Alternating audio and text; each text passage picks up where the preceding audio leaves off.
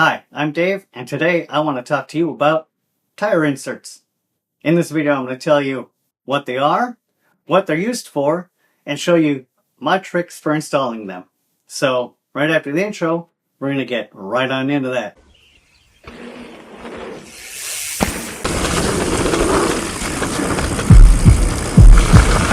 So the tire insert, what is it? Well, it's usually made out of some type of EPE foam. It's like a ring that you put over your rim and then mount your tire over it. You mount your tire over it like this, and the rim sits here, and it provides a barrier that when you hit a rock or something, the tire insert crushes over the rim and protects the tire. Now we know what it is. It's basically just a piece of foam, right? That you put around your rim, it sits inside your tire, and it provides a few, I guess we'll call them services. So let's talk about the services. What does running tire insert actually improve? The first advantage it provides, we already talked about or covered really quickly. It provides a barrier between the rim and the tire for when you hit a rock or something sharp, that it kind of protects it from squishing and getting a pinch flat. That is one of the main reasons people run a tire insert. Now, there's a couple other good reasons to run them too. So your insert sits like this inside the tire and provides a little support to the sidewall as well. As the cornering force is pushed on it, it provides a little more stiffness along the sidewall. But the third good thing is it pushes down and pushes this bead into the rim, so it's harder to burp that bead off of the rim. So we've covered three things. Provides a little bit of protection against pinch flats, helps provide a little more side support on your tire, so when you're going into hard corners or into berms, that the tire doesn't want to just fold over in the berms. And third, that it doesn't burp, that it doesn't just pop off the rim. Now let's talk about the fourth one. The fourth one a lot of people talk about. It provides a lot of damping. It helps damp your tire's movement. Well, nobody ever explains what that means, right? Well, your tire, think of your tire as an air spring. And damping it is just like the damper in your fork or in your rear shock. So, the tire is full of air, and as it compresses, it wants to return back to its original form with the pressure in it to where it was. And it wants to do it really fast because there's nothing helping to slow down that movement, right?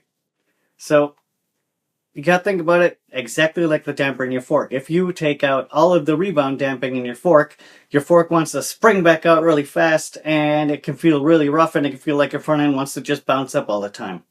It's the same concept. Your insert is inside your tire, and as your tire compresses, it also compresses the insert.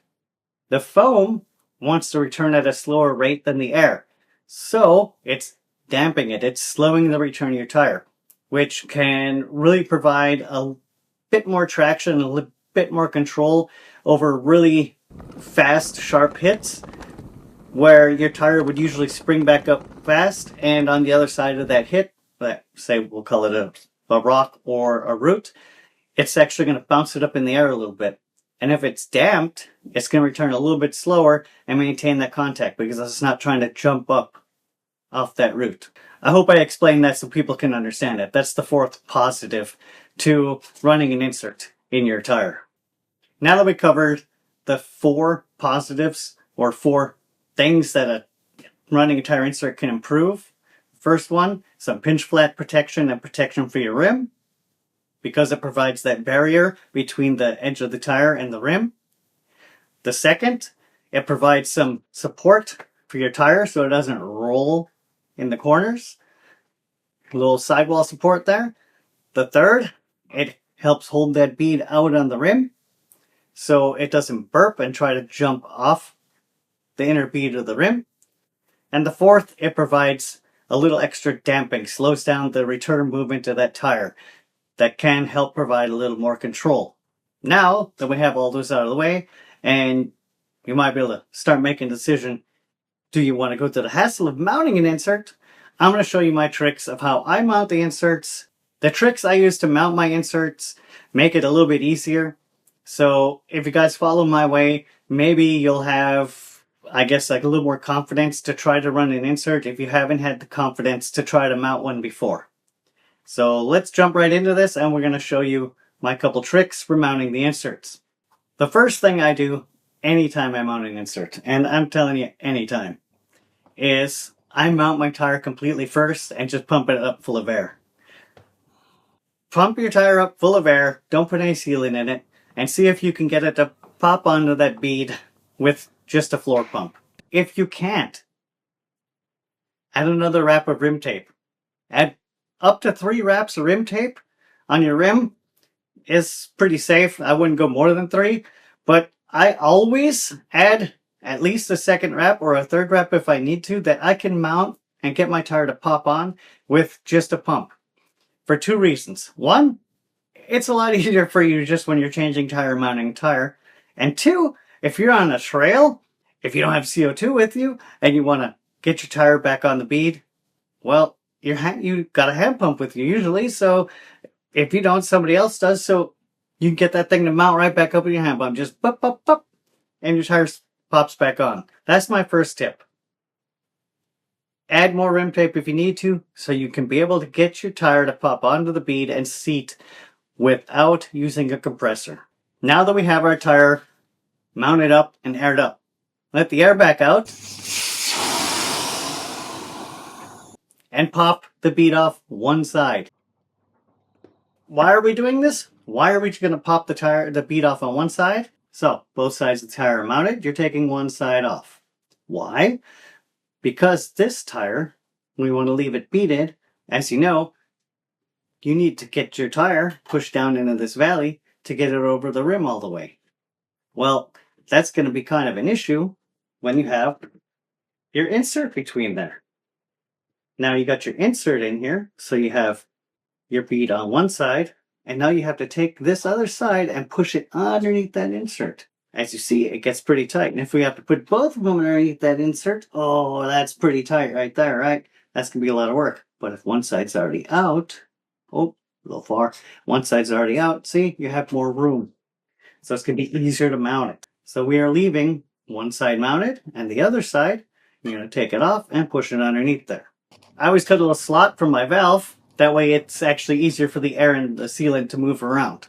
Now you're going to slowly work that insert down between the tire and the rim and get it down in there nice and tight, down and seated. Now spin your wheel around and start pushing your tire down underneath that insert. And you're going to want to start from the non-valve side. If you start from the valve side, the valve is in the way and you can't get it all the way underneath that insert. And you're going to slowly start just working your way around. Working your way around, side to side, working towards that valve. As you get closer to that valve, it's going to start get tighter. You're going to want to go around and check that your bead is actually pushed underneath there.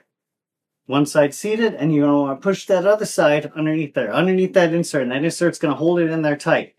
You're going to see a lot of people with other tricks where they put straps and all kinds of weird stuff on there. You don't need to do that, because once you jam that tire down underneath that insert, it's going to start holding itself in there. You're going to take your time and slowly push that down and just keep working it down in there. You're not going to want to use anything metal for this. A regular old tire lever will work. Or like I made this piece, or an extended tire lever, I guess, out of a piece of plastic. This is a piece of palm plastic. Got a nice little shape to it. It's nice and smooth, sanded off smooth. And I use this because it fits better in my hand, better than a little tiny tire lever. But yeah, just keep working it around. And as you get it closer, you're going to leave about, we're going to do this in inches, I guess. You're going to leave about 6 inches of tire that's not pushed in, or I guess that's what, 15 centimeters? Yeah, 15 centimeters of tire that's not pushed in. And this is where I dump my sealant in. I take up my sealant. Don't forget to shake your sealant before you dump it in. Because if you're just dumping it in straight out of the bottle, you didn't shake it, all the good stuff in your sealant, the particles that actually seal the hole, they're in the bottom of the jar. Shake it up good, and now slowly dump it in. Most sealant bottles have a marking on the side. Go with how much sealant you're supposed to use for your tire size, according to that manufacturer. And yeah, just slowly dump it in there. It works best if you stand the tire up, not quite all the way straight up, a little bit of an angle at it, and just slowly dump it in. You can let it dump off the rim. Try not to dump it too fast. Once you get enough sealant in there, you're going to lay your tire back down nice and level, and do it slowly, and the sealant will spread on out, and it's not going to cause a problem. And then you can just work that last piece of bead on. And now, since we already know your tire's going to seat with a hand pump, your bead's on, bump it up, pop, it pops on, done. Wasn't that hard, right? Shake it up, spin it around, let the sealant move around. I always then just let it sit overnight before I let the pressure back out, just to make sure everything's sealed. A little bit more pressure helps push the sealant into any little creaks and crevices. Yeah, make a nice good seal in that tire. So I guess that was it, right? We went over what a tire insert is, the positives of running a tire insert, and my tricks for mounting them. I hope they helped you guys out. If there's any other questions, of course, just hit me up in the comments. I am happy to reply. And yeah, that's pretty much it for now. Once again, next video coming out again soon. Trying to get them out faster. Most of them are winter videos, so I can be like this. So yeah, tips and tricks coming out all winter long, right? Stay tuned. Subscribe if you didn't subscribe, and never stop shredding. Dave out.